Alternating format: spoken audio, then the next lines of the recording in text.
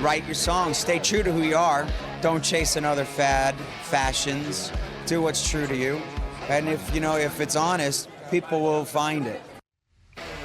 Jon Bon Jovi, frontman to one of the most decorated and beloved rock bands of all time, with a storied career of almost 40 years and an uncanny ability to merge the world of both pop and heavy metal.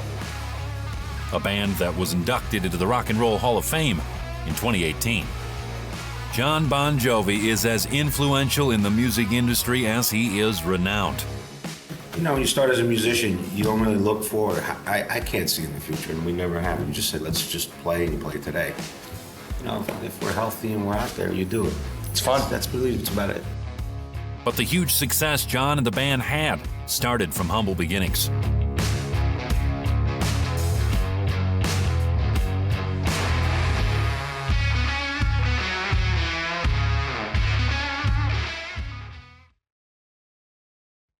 Born in 1962 and growing up in New Jersey, Jon Bon Jovi knew he wanted to make music from the age of 13.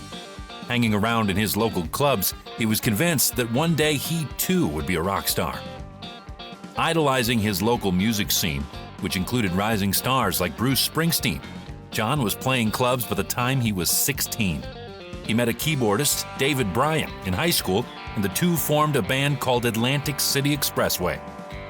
Throughout his early years, Jon would perform with a handful of bands such as The Rest, The Letchers, and Jon Bon Jovi and the Wild Ones. Jon recorded his first single, Runaway, in his cousin's studio, accompanied by studio musicians. A local radio station played the song on a compilation tape.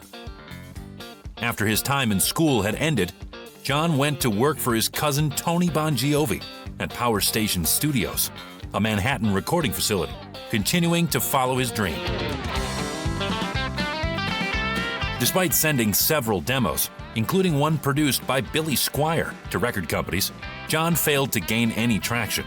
He recorded lead vocals on R2-D2 We Wish You a Merry Christmas for his cousin's Christmas in the Stars album. Jon visited the radio station WAPP 103.5 FM, The Apple, in New York, to write and sing the station's jingles. Upon talking with DJ Chip Hobart and WAPP's promotion director, John Lassman, Jon suggested that Runaway be included on the compilation album of local talents. Despite Jon's reluctance, he eventually gave them the song, which he re-recorded after an early recording with local musicians he called the All-Star Review, guitarist Tim Pierce, keyboardist Roy Bittan, drummer Frankie LaRocca, and bassist Hugh McDonald. As the song began to receive airplay in the New York area, other stations in major markets picked it up. Jon called David Bryan, who in turn called bassist Alec John Such and drummer Tico Torres, who were both formerly members of Phantom's Opera. Jon's friend and neighbor Dave the Snake Sabo was tapped to play lead guitar for a short tour supporting Runaway, although he never joined the group. They agreed that whoever made it first would help the other. Sabo went on to form the group Skid Row. Jon saw and was impressed with hometown guitarist Richie Sambora, who was referred to Jon by fellow bassist Alec John Such and drummer Tico Torres. Torres was also an experienced musician, recording and performing live with Phantom's Opera, the Marvelettes, and Chuck Berry. He appeared on 26 records and had recently recorded with Frankie and the Knockouts, a Jersey band with hit singles during the early 1980s. Bryan quit the band he and Jon had founded so that he could study medicine. When he was in college, he decided he wanted to pursue music full-time and applied to Juilliard School, a New York music school. Jon called his friend and informed him that he was putting together a band and that a record deal seemed likely. So Bryan gave up his studies.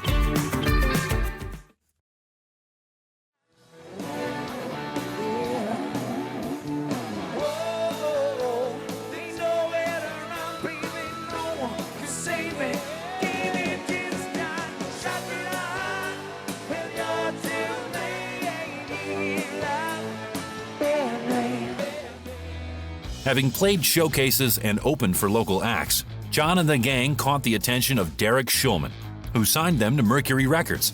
Jon was 21 at the time. John wanted a name for the band, so Pamela Mayer, a friend of Richard Fisher and an employee of Doc McGee, suggested Bon Jovi, an anglicized version of John's name following the example of Van Halen and other well-known two-word bands. Their first hit single, Runaway, was recorded on the band's debut album, Bon Jovi, with the help of their manager, Doc McGee.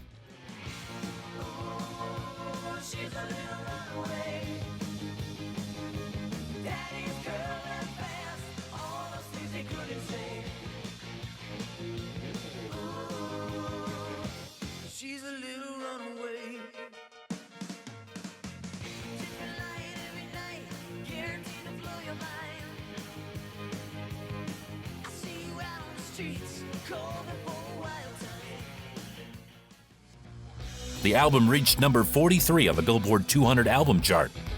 Soon, the group was opening for Scorpions in America and Kiss in Europe. Bon Jovi's second album, 7800 Degrees Fahrenheit, featured 3 singles: Only Lonely, In and Out of Love, and Silent Night. The Recording Industry Association of America certified the album gold after it reached number 37 on the Billboard 200. Despite selling poorly, the album allowed Bon Jovi to get out on the road again. The band played in Japan and Europe and toured the U.S. for 6 months, supporting Rat.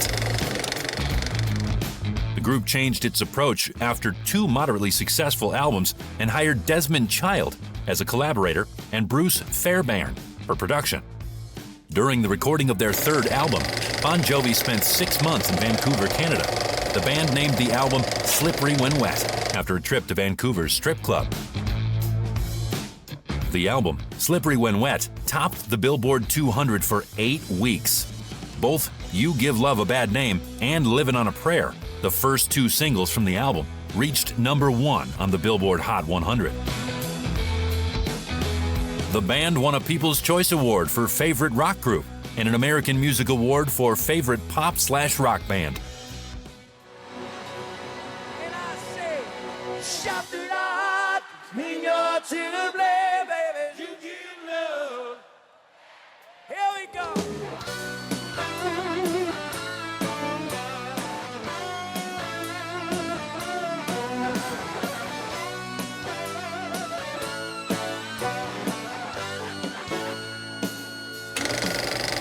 At the time of the album's release, Bon Jovi supported 38 Special, but by the end of 1986, they had performed headline shows across America and were well into a 6-month tour. Over 130 shows were headlined by the band on the tour without end. Everything is bigger and it moves twice as fast, said John when asked what this breakthrough meant. You recognize twice as often, this is bigger, the whole world gets bigger. You have to sell more records, be huger. You get smarter and you understand the business a little more, so it's more responsibility. You understand it now, and you want to make sure everything goes right. I like Bon Jovi. Do you know what I mean? Living on a Prayer. Slippery When Wet is absolutely genius. And he did that one for Young Guns. On a steel horse I ride, wanted. Unbelievable. As a way to prove that Slippery When Wet was not a fluke, Bon Jovi released their 4th album, New Jersey, which peaked at number 1 in the US, Canada, UK, Ireland, New Zealand, and Australia. On the Billboard Hot 100, the album spawned 5 top 10 singles, giving Bon Jovi the record for the most top 10 singles spawned by a hard rock album. Controversy arose when MTV banned Bon Jovi's video for Living in Sin due to his sexual content. After it was re-edited, MTV put it on heavy rotation. A massive world tour continued through 1989 and 1990. More than 232 shows were performed in 22 countries, including a sold-out homecoming concert at Giant Stadium in New Jersey. During this tour in 1989, John secretly took a trip to Las Vegas, where he married his high school love interest, Dorothy Hurley. In 1990, John started a successful solo career, beginning with his work on the soundtrack to Young Guns 2. This led him to starting his own label, Jamco Records, in 1991. As part of the Moscow Music Peace Festival, the band traveled to the Soviet Union. New Jersey was the first U.S. album legally released in the Soviet Union, and Bon Jovi was the first band officially sanctioned by the Soviet government to perform in the Soviet Union. Going on highly paced world tours and recording Slippery When Wet and New Jersey back-to-back was incredibly taxing. The band had performed 16 months of concert dates by the end of its New Jersey tour. In 1991, Jon was on the Pacific Coast Highway and considered jumping out of a moving car due to how much pain he was in and from the pressure of fame, admitting that he struggled with his mental health for 3 years during this time period. Physically, mentally, and emotionally, Jon was exhausted, as were the rest of the band. I burned my guys in the band out. They were exhausted. And I just got this burst of energy at the end of the tour, and when the opportunity came up, I wrote the stuff. It was really a one-off, and it's nothing I planned to do then or plan to do in the future, but should something come up, I would. I had a great time, being a part of this. I wished only that I could have been involved earlier. I got in the project so late. It was almost done when I got involved. I would do it again if the opportunity was right. As a result of the final tour date in Mexico, and with no clear plans for the future, the members of the band simply went home. There were few, if any, goodbyes between the band members. They all retreated to their own projects and showed no interest in making another album, making the future of the band uncertain. I think the great thing that this band had is the outlets that we have. That you make solo records, Tico does his artwork, I do movies, David's writing a Broadway play, and then we come back here. Now that gives us 4 other outlets to bring creativity home to us. Jon was disillusioned with the music business and unhappy with the status quo, so he let go of his management, business advisors, and agents, including longtime manager Don McGee.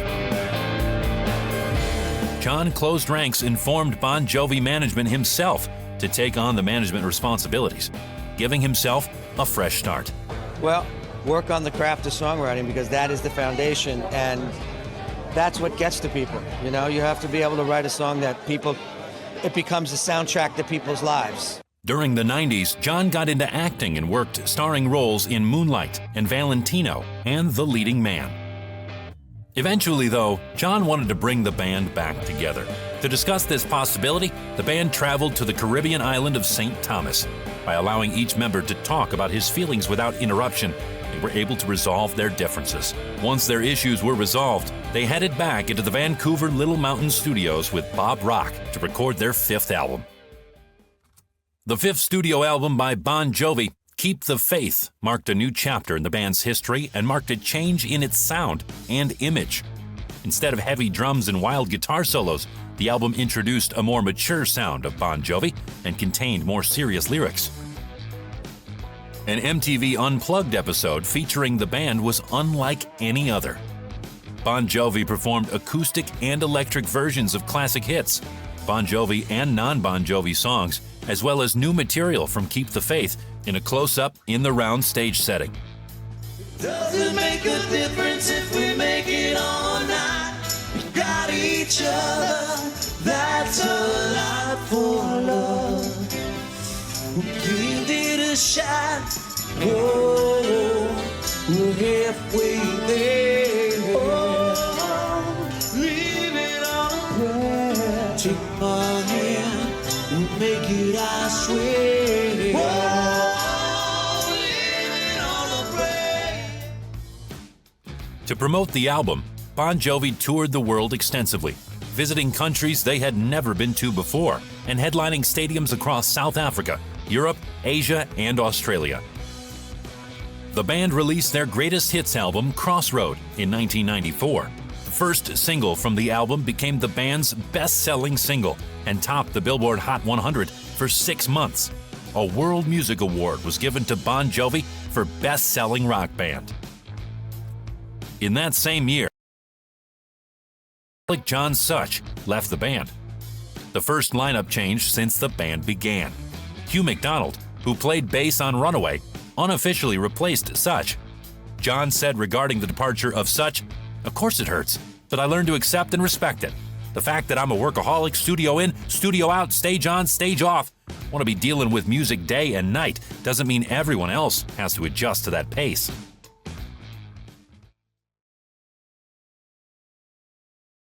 played acoustic and started the unplugged craze back in the 80s.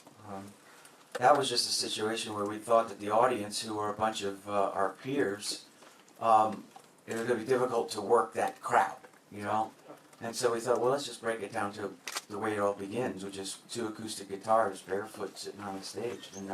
And we did. And the beauty of it is it was the anti-production. It was the anti-big, you know, moment that other artists were doing. And it was the simplicity of the song that resonated.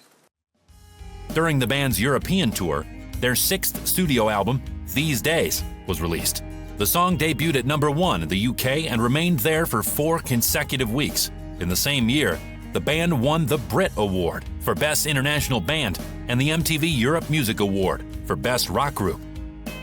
The band's These Days tour sold out 3 nights at London's historic Wembley Stadium.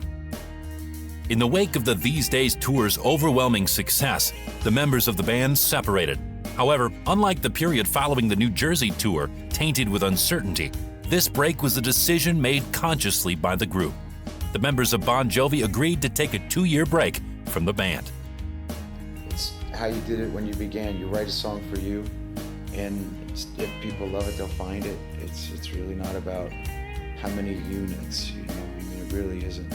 We get to go out and play to the amounts of people that we're accustomed to, and you write songs that you want to share with people. So then what happens is out of our control, but it's not frustrating.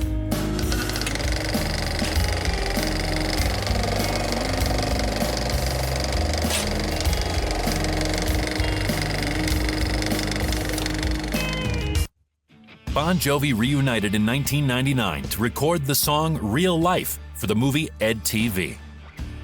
Following a nearly 4-year hiatus, during which several of the band's members pursued independent projects, Bon Jovi regrouped to begin work on their next studio album. The band's 7th studio album, Crush, was a sort of comeback. We get stronger because of the bond. You know, it was us against the world when we started out. A lot of people joined the band and came along for that ride, and now we seem to have 2 generations of fans, you know, 2 decades. A lot of friends. In addition to becoming a symbol of the band's longevity, as they overcame many changes in the mainstream rock scene with great success, their single It's My Life was one of the group's most successful releases in a decade, as well as introducing the band to a new, younger fan base. It's my life, it's now or never. I ain't gonna live forever. I just wanna live while I'm alive. My heart is like an open highway. Like Frankie's in, I did it my way. I just wanna live while I'm Bon Jovi played 2 sold-out concerts at London's Wembley Stadium before it was demolished. During their tour, the band released an album of live performances from throughout their career, entitled One Wild Night Live. with the dice, standing on the ledge, so we gotta fly. The world gets in my face. I say, have a nice day. Have a nice day. Take a look around you, look is what it seems. We live in a broken home of hopes and dreams. Those songs were selected from Bon Jovi's archive of recorded material from their earliest days on the road right up to their current tour. Jon expected a brief vacation before beginning work on the 8th studio album with the gang. The world changed on September 11th, 2001. Both Jon and Sambora recorded America the Beautiful for the NFL, as well as filming public service announcements for the Red Cross. They also participated in the historic benefit concert, America, a Tribute to Heroes Telethon. We've gotta hold on to what we got. It doesn't make a difference if we make it or not. We got each other, that's a lot for love. Give it a shot, and oh, we live for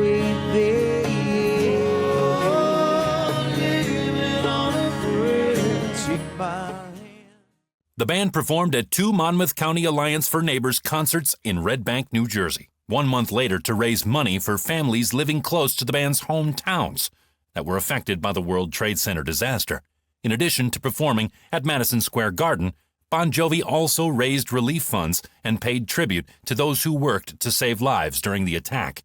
Their 8th studio album, Bounce, was influenced by the terrorist attacks.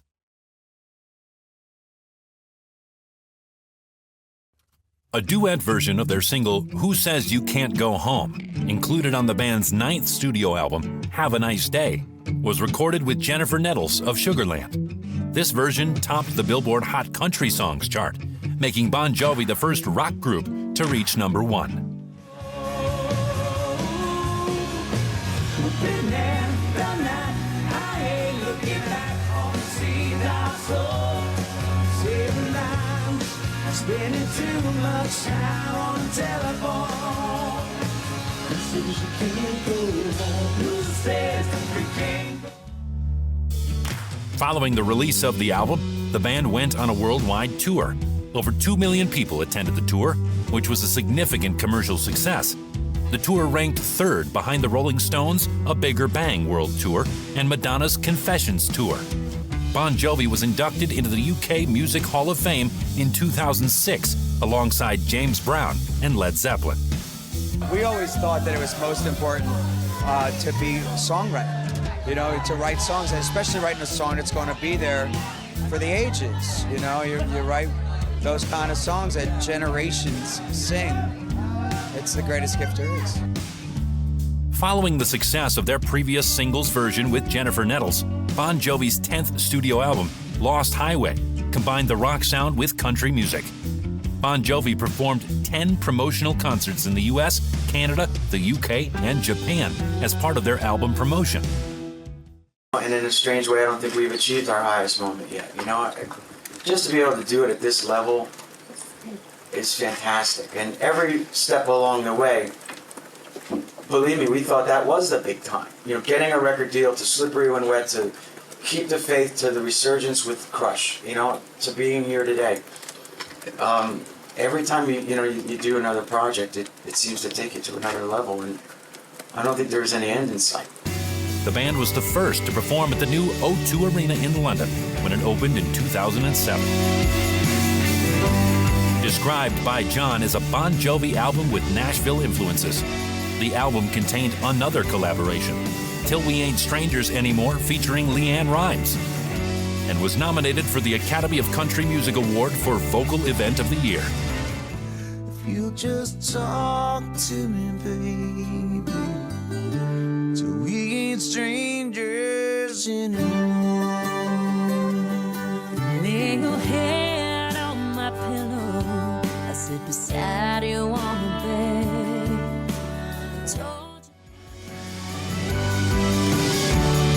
In 2009, Phil Griffin's documentary, When We Were Beautiful, premiered at the Tribeca Film Festival, chronicling Bon Jovi's ups and downs over the past 25 years, as well as following the band on a recent tour.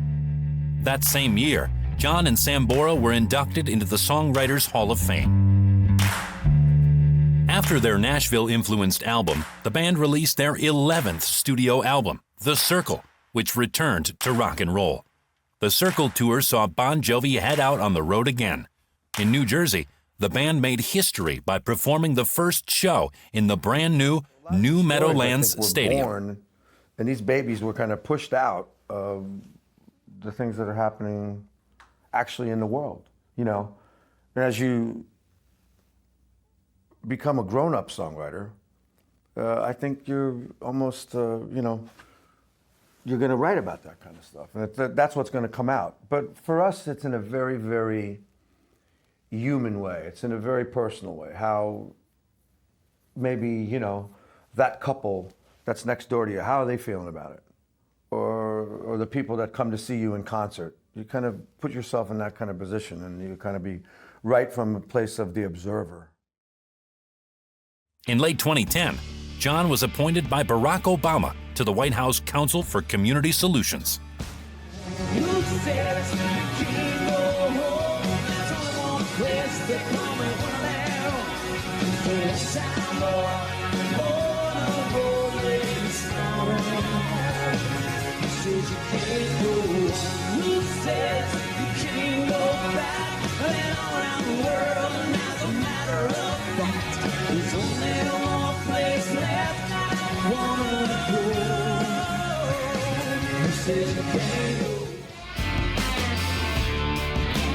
An announcement came in 2012 from Jon when he let the world know that the band was working on a 12th studio album.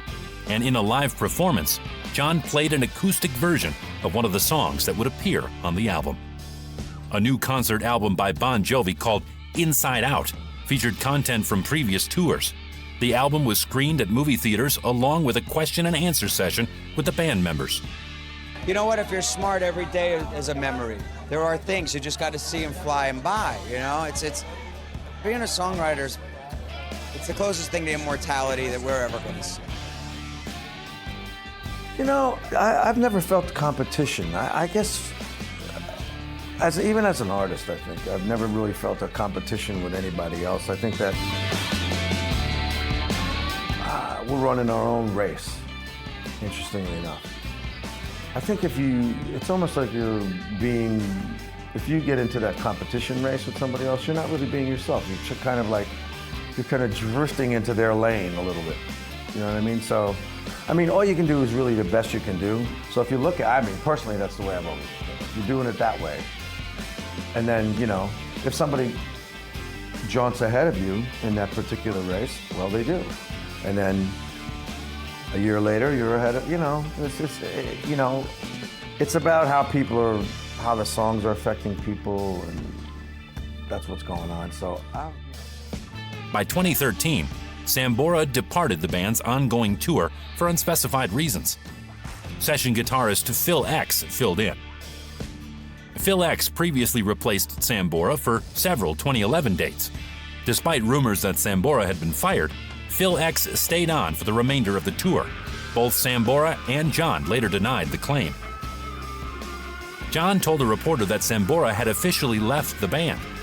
Jon, however, continued the band without him, and they were nearing the end of writing songs for their next studio album, their first without Sambora. Bon Jovi released twin lead singles for their compilation album Burning Bridges in 2015. Most bands would just put up posters, maybe take out a few adverts to say they were coming to town. Not Bon Jovi.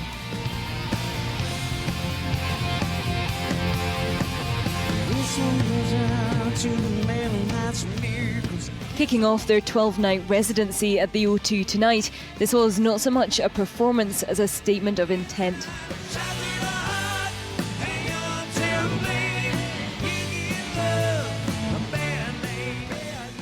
You know, people have always said about Bon Jovi, we'll play anywhere, and if you don't have electricity, don't worry, we'll bring our own.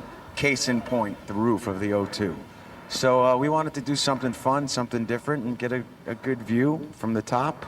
We opened up this building, which was a big honor. We have a habit of doing that. We just opened up the new Meadowlands Stadium in New Jersey. We sold out 4 nights there, which was great. We closed Wembley. And we've had a habit of doing these kind of things, which is kind of like a statement. But I think it's enjoyable because it becomes folklore, culture, history, things like that. And what we did on the roof tonight was kind of like the same thing. We like to make statements like that, and I think people remember things like that. So that makes it just kind of cool. Well, we spent a month in London just doing the O2 this past summer with the knowledge that we'd be back in the summertime this year to go back outdoors. So we had a grand old time staying there for a month and having everybody come to us instead of us having to go to everybody, which is a novel idea. Yeah, I like that. Lots of packing. I think that we let some of the influences from those other songs in, and I think that's okay, because it's like if you're looking at a song like Living on a Prayer, it's Tommy and Gina growing up. Using those 2 characters that we put in that particular song, how they grew up through the years of making records now for the 30 years that we've been together, and Jon and I have been writing songs together. I think that, for me, it never bothered me that we used another set of characters that almost resembled a bit of them, and some not.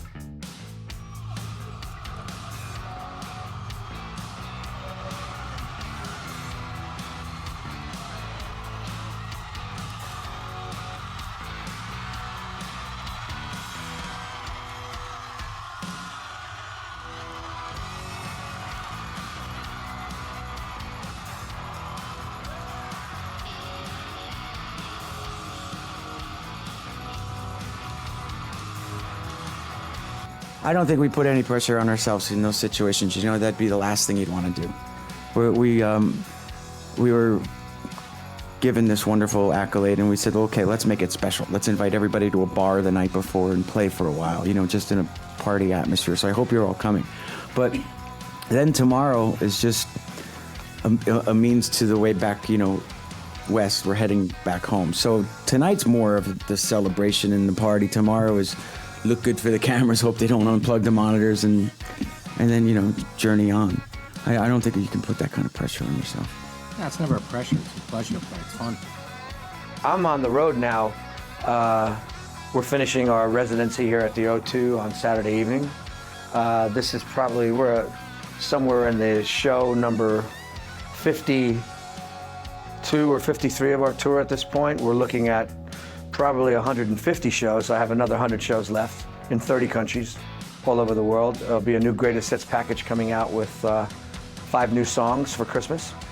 And we'll be back in Europe for the summer of 2011. I think we have 40 stadiums that are booked right now, and I'm sure that'll grow. So, you know, for me, the music side is pretty busy. I think that, you know, you have to increasingly, the way the music business is changing at such a quick pace. And, you know, speaking about it from my terms, it's impossible to know the impact of your record. You know, you cannot, it's not by sales anymore. You know what I mean? What is it?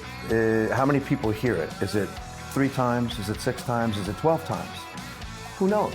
There's no way to have that data to actually know how much you're impacting.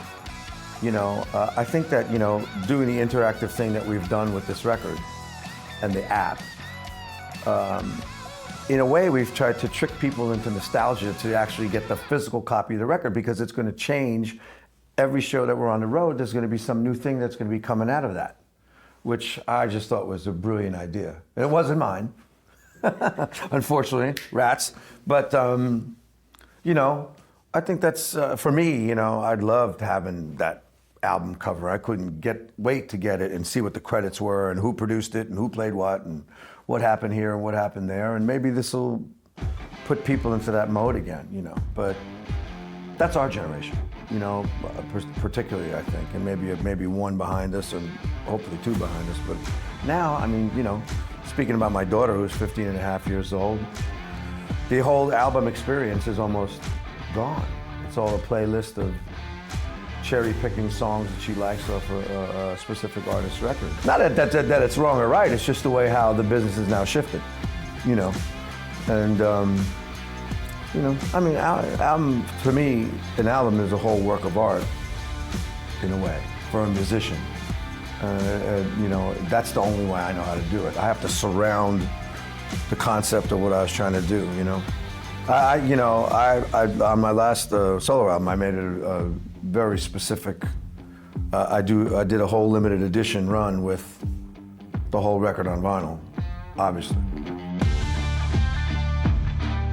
Released twin lead singles for their compilation album Burning Bridges in 2015. According to Jon, the album served as a fan record to tie in with an accompanying international tour. The studio albums of Bon Jovi, spanning their 32-year career, have been remastered for vinyl release by Island Records and Universal Music Enterprises. After winning the final ballot with over 1.1 million votes, the band would be inducted into the Rock and Roll Hall of Fame in 2018. At the Rock and Roll Hall of Fame induction ceremony, Jon invited Sambora and Such to appear with the band.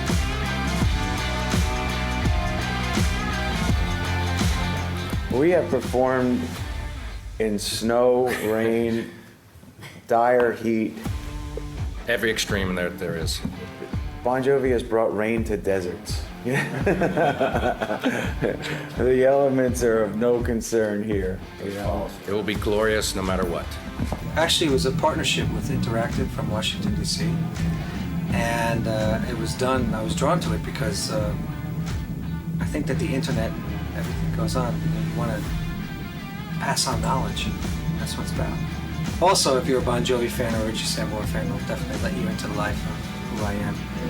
You can access videos from Bon Jovi and Richie Sambora, also, you know, private photos, things like that. It's quite informative. I have just come from doing my solo album. I was just here in London, right before the end of the year, doing my solo tour. It's interesting because it seems like I haven't stopped, so my chops are up. At the end of the last Bon Jovi tour, 18 months, 52 countries. I took 2 weeks off and I started writing my solo album, Aftermath of the Lowdown, and recorded that. And somewhere in the middle of that, John and I started to write. And somewhere I found a place to actually record that record and also do a solo tour, which brought me up to speed right about over here. What you say, you promised me heaven and put me through hell.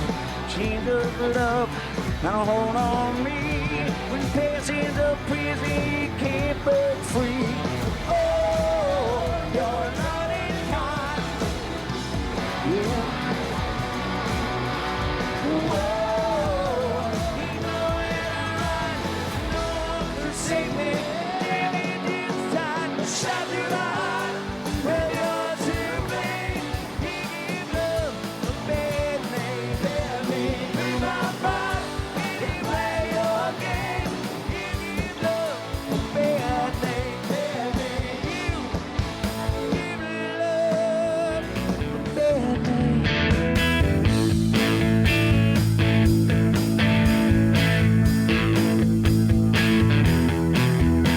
The band's 15th studio album would come at a tumultuous time, in the midst of the COVID-19 pandemic.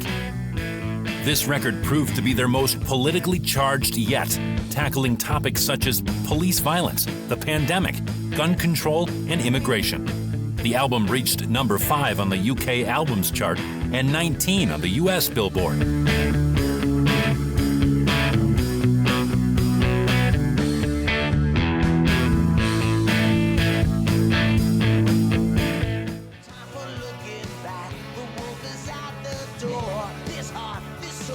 This house is not for sale. I said each stone and I hammered each nail. This house is not for sale. When memories live and my dreams don't fail. This house is not for sale. Got it all. I got it all. When you start as a musician, you don't really look for it. I can't see it.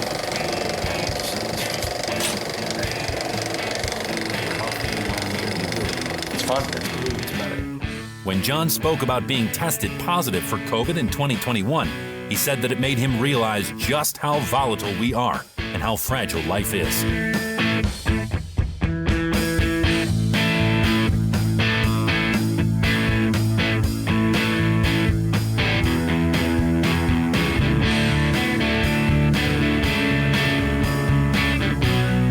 John has been known in the past for being outspoken when it came to politics, so it came as little surprise when he performed a cover of the Beatles song, Here Comes the Sun, as part of President Joe Biden's inauguration event.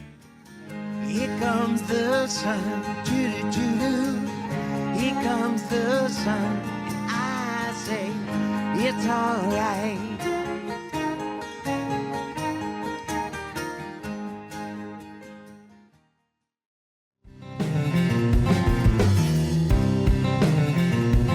The death of founding band member Alex John Such was announced by the band on June 5th, 2022. The relevancy of Bon Jovi is still seen today, with a viral video made during the Russian invasion of Ukraine, showing the residents in Odessa fortifying defenses, while a drummer played It's My Life, showing the importance of the band and this track, even to this day.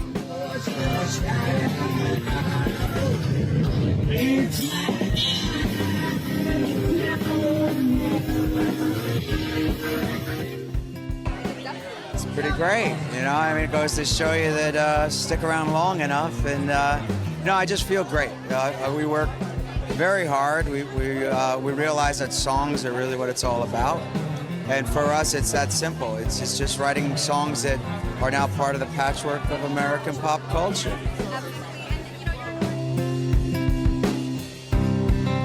I think the reason that we're still around is that, you know, our audience grows with us. So, and we're writing about them, essentially. I mean, that's, as a songwriter, you know, I think the essence of songwriting is communication. You're trying to communicate, or you're trying to reach out and find some common ground with who's listening to the song, and if they get it, then it becomes the fabric and the soundtrack to their lives, which for me, many songs and many artists become the soundtrack of my life, and today it still continues, it never stops. You know, if you're a music lover and an avid music listener, you're always going to get hit in the heart by someone that I feel like that, or that feels like me, you know, that kind of thing. So when a songwriter and an artist be able to hit that kind of plateau, it's a fantastic thing. It's a privilege.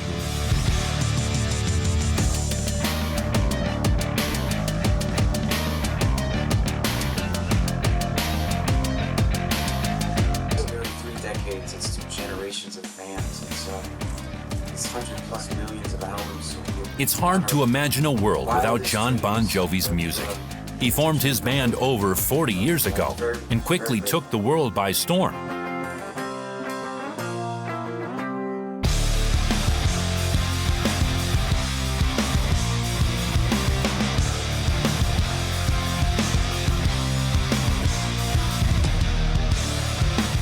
While a lot has happened, good and bad, the band has stayed together through it all, and only time will tell what comes next.